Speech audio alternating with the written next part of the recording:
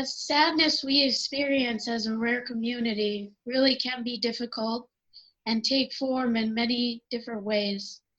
It is so important to find the right coping strategy and be there and support each other.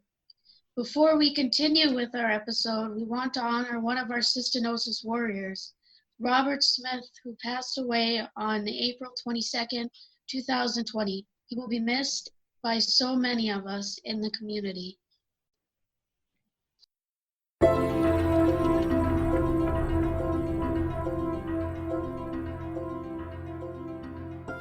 This is Cheryl, and we created this podcast as the Adult Leadership Advisory Board, or ALAB. Who we are in terms of ALAB is a group that focuses on issues, challenges, and difficult topics facing our community.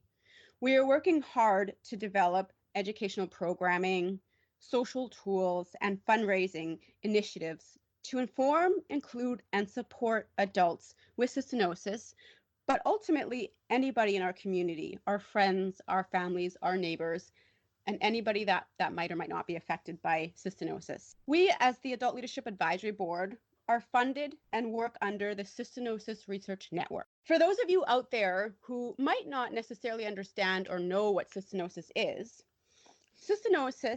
is characterized by the accumulation of the amino acid, or one of the amino acids, cysteine, within the cells. When the cysteine builds up in the cells, it often forms crystals and will sometimes attack certain organs and tissues, predominantly the kidneys, but also includes the eyes, muscles, thyroid, brain, pancreas, and testes. Previously, it was known that an individual born with cystinosis would not live past 10. It's pretty grim, and I'm sure many families out there were quite devastated when they had a newborn who was diagnosed with this disease, cystinosis. However, today we have members in our community living well past 50 years old. Hello, I'm Jana Healy. My hosts are Cheryl, Sarah, and Steve, and we are a part of ALAB, bringing you the second episode of Cystinosis Rare, A Journey into the Unknown. Our episode theme is mental health, dealing with grief and loss, and the effects of COVID-19. And I would especially like to thank CRN for making this podcast possible. And I'd like to start out by introducing Maya Doyle, and she has been helping out Cystinosis Research Network and helping the cystinosis community, and I'd like to give the floor to her. Hi, everybody. My name's Maya. I'm a social worker, primarily from pediatrics and nephrology. I've gotten to know the cystinosis community, and probably many of you listening, over the last 20 years, and I'm really pleased to be working on these mental health-oriented projects alongside ALAB. We've been planning to have a discussion in this podcast about depression or anxiety, kind of familiar concepts when it comes to mental health. But last summer, some of us came together on a call to talk about grief and loss when a vibrant member of the cystinosis community passed away. And as we talked, the conversation moved from the loss of our friend, and as everybody says, a cysta, to some of the personal losses people had experienced.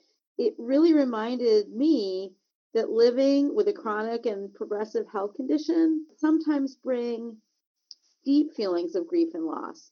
Loss is related to living with the illness itself. So while trying to maintain a positive attitude and finding helpful coping mechanisms is really important, a lot of discussion amidst the ALAB members reminded us that it's also important to talk honestly and openly about those losses, to bring them out into the light of day. So that was sort of our goal. We're also very aware in creating this podcast that we're all living with concerns about COVID-19 right now and losses to our typical routines, our freedoms, and even to people that we care about. So your hosts are going to each share their stories, and then we'll answer some questions and provide some resources at the end.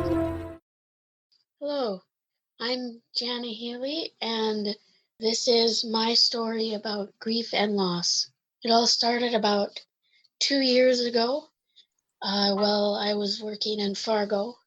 I started to get double vision, and it was making it impossible to just work with the dizziness, and I had to stay in one place while the episode was going on, while I was having the double vision.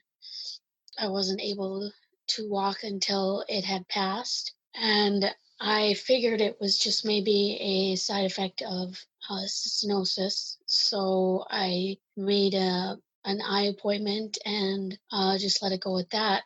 A few weeks later, the double vision turned to double vision along with headaches, and pretty bad ones at that. I guess you could call them migraines, more like migraines. So once I went to the eye doctor, I decided to tell him my symptoms, and he took one look at my eyes and decided that I needed to go to the ER because my eyes were swollen and I had fluid behind my eyes too.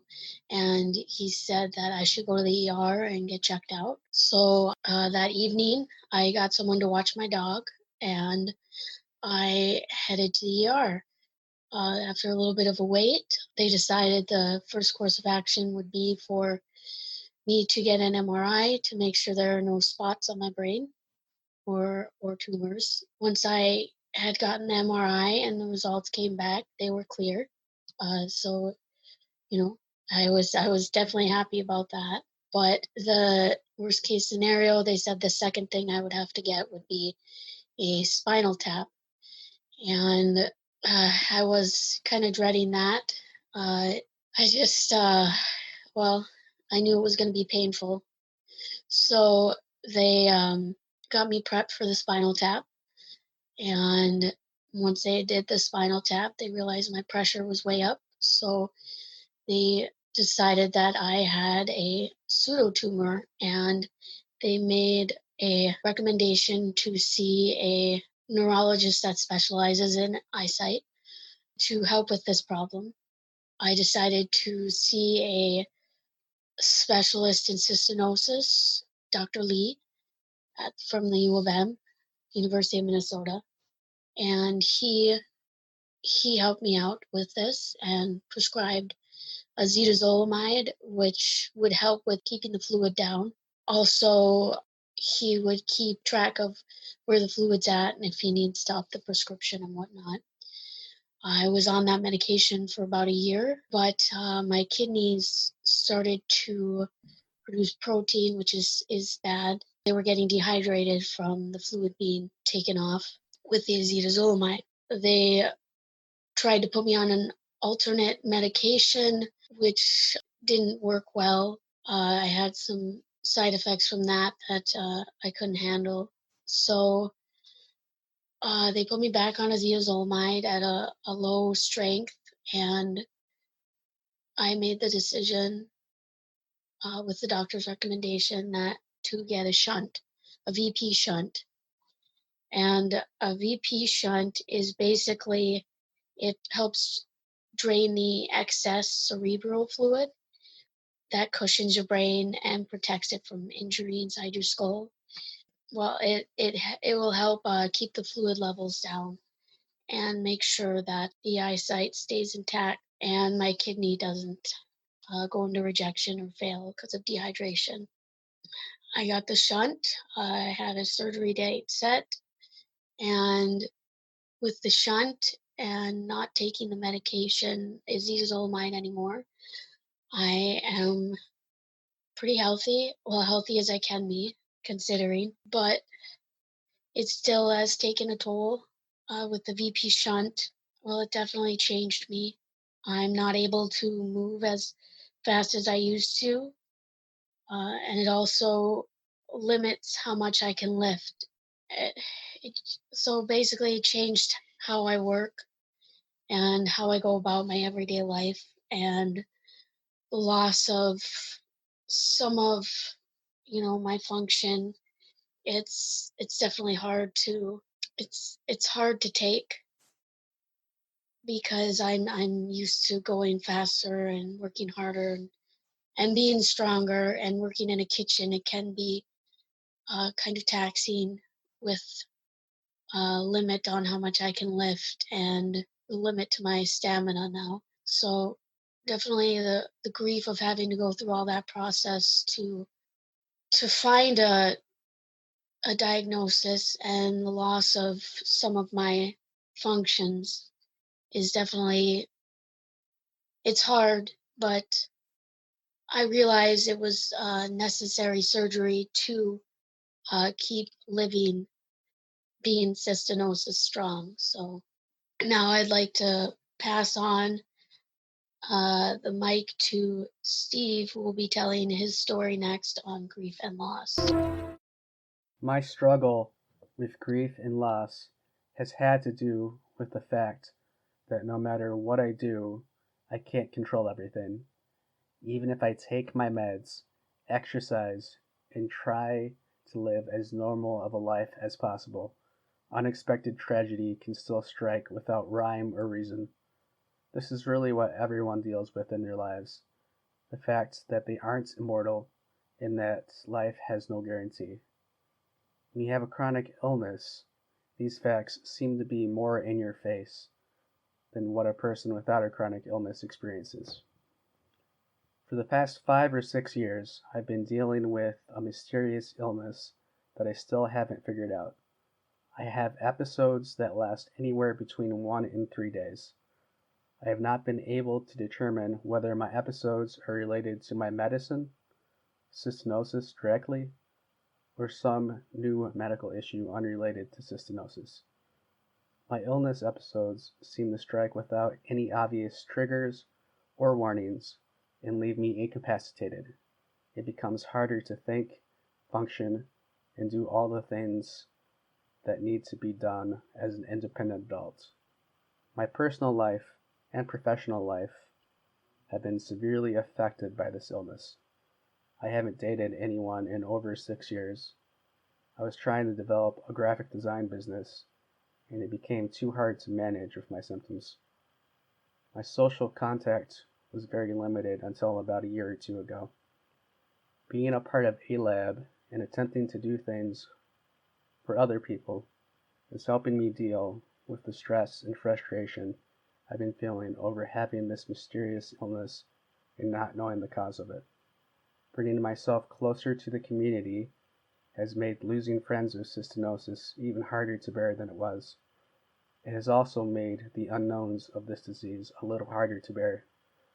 Overall, though, having the community to talk to and commiserate with always makes things a little easier. We need each other, especially during this pandemic. As horrible as the current situation with the coronavirus has been on my end of things, it has forced me to take actions I needed to take that I wasn't taking because of fear. Since I haven't been able to go to my job and won't be able to in the near future, I've been rebuilding my graphic design portfolio and applying for remote jobs. This has been because the desperation I felt during this current moment has outweighed my fears of being rejected as a graphic designer or not finding steady, stable work. My job is not stable anymore, really, so freelancing or remote work doesn't feel as scary anymore. I'm appreciating the interactions I have with family and friends more and making it a point to connect and reconnect with family and friends to see how they're doing. It's really clarifying what the most important things in my life are right now. This isn't to say I'm not scared. Having cystinosis and living with my parents, who are part of the high-risk pool of people due to their ages and medical conditions, makes this whole thing very real for me. For the most part, we haven't been out of the house or seen anyone but each other in person in almost 2 weeks. The little freedom we had has been condensed down into my suburb and my house. I already snapped once at my dad because of being cooped up together for too long. It is a little terrifying for me because my safety and other people's safety is dependent not only on what I do, but what they do. There's only a certain amount of things I can do to control the situation. All life is like this. We all depend on each other to some extent, but it usually does not lead to death if one of us does not follow the rules closely, and the rules sometimes seem to change. What really scares me are the unknowns. The unknowns are horrifying. The way to deal with the stress, isolation, and frustration we all feel is to lean into each other more than ever. We live in a world connected through various communication channels. There are free ways to connect with each other, and it can almost feel like we are in the same rooms with one another. As we do with cystinosis, we can do with this pandemic. Be a support for each other. Be there for everyone, regardless of age, race, sex, religion, sexual orientation, country, or anything else I'm forgetting. The biggest thing all this has made clear to me is that united, we are stronger than we are divided. Hi, my name's Sarah, and I would like to tell you my story on grief and loss. My story of grief and loss is my whole ordeal that I endured right before my transplant. They found a donor for me, but the doctor said I needed 2 surgeries because the surgery would be too long and my body wouldn't be able to handle it. The first surgery would be to remove my kidneys and I would have a few weeks on dialysis. The second surgery would be my transplant. I had gotten a bilateral nephrectomy to remove my kidneys because they weren't working properly anymore. They put me on dialysis. They put me on fluid restrictions and a diet. It was going well in the beginning, just persistent migraines. The only thing was I needed more water for my meds than they were giving me. I take 50 pills a day, need more water. I told them to take more fluid off of dialysis each session, but they said there was a limit that they could take off. I tried to tell my doctor I needed more taken off because I was starting to have fluid buildup and needed more water for my pills. They didn't listen. I kept gaining weight and it was getting harder to breathe and I could only sleep at a 90-degree angle. I told my other transplant doctor how I was feeling and he said that everything looked okay. Nobody would listen until it was right before my transplant and I tried to talk to my transplant doctor again. They agreed to do a chest x-ray and an EKG. They ended up finding out that there was too much fluid around my lungs and heart, causing heart failure. So they admitted me and my transplant got moved back. There was a lot of recovery time. I had to be on oxygen. They had to drain the fluid. I lost my strength for a while and the waiting to finally have a transplant was so stressful. I lost precious time out of my life because of the uncomfortable months on dialysis. When we talked about it together, it also became clear that I had lost something else. I wasn't heard, I wasn't listened to. Despite all this time living with the cystinosis and living in my own body, I wasn't believed when I knew something was wrong. Hey guys, this is Cheryl. My story of grief and loss takes a look back to 2016 when I was last experiencing kidney failure for the second time around the age of 31. At that time, I was excelling in my career in mental health and had worked my way up to a case manager. I was living in an apartment with a great deal of savings, ready to purchase a house within my plan of 2 years. I was climbing, going to the gym, and felt that life was good. I knew my blood lab results were not stable, but I still felt healthy and I still felt good. But one day I had an appointment with a dermatologist of mine to look at a small lump that I was not overly concerned about. However, I quickly learned when I saw him and he took a tissue sample a short time later that it was malignant and that I had a rare type of skin cancer.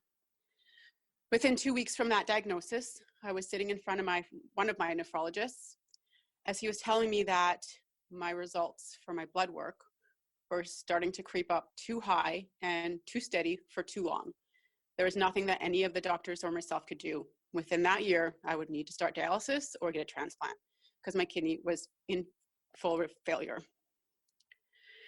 So suddenly, I found myself too sick to work and was experiencing the side effects of this kidney failure not that long later, and realized the hard decision that I just had to quit my career.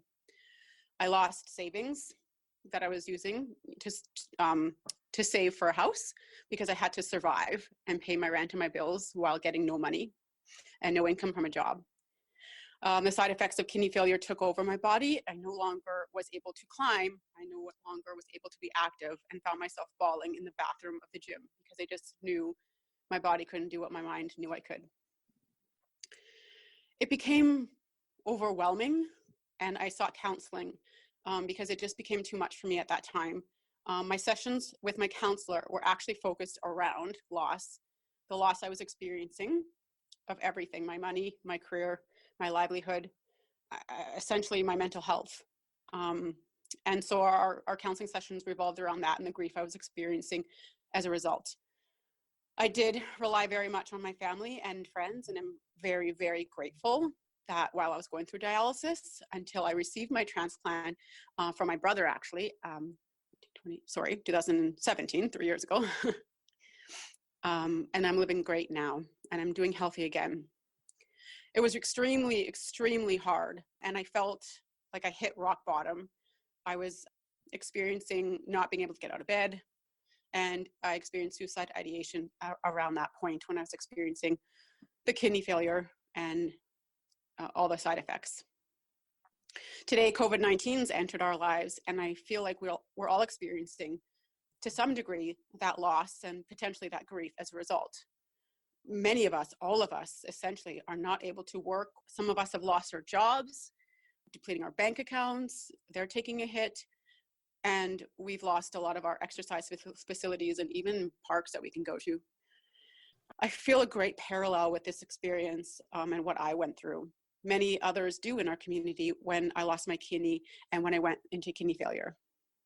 Many things were robbed from us, and many things are today robbed from us under circumstances that are completely out of our control, making it that much more difficult or hard to come to terms with. Counseling and reaching out to supports at this time, particularly those in similar situations of the loss that we're all experiencing, can really help out with these times. So I'm wishing everyone the best of luck out there and recuperating from what is happening right now.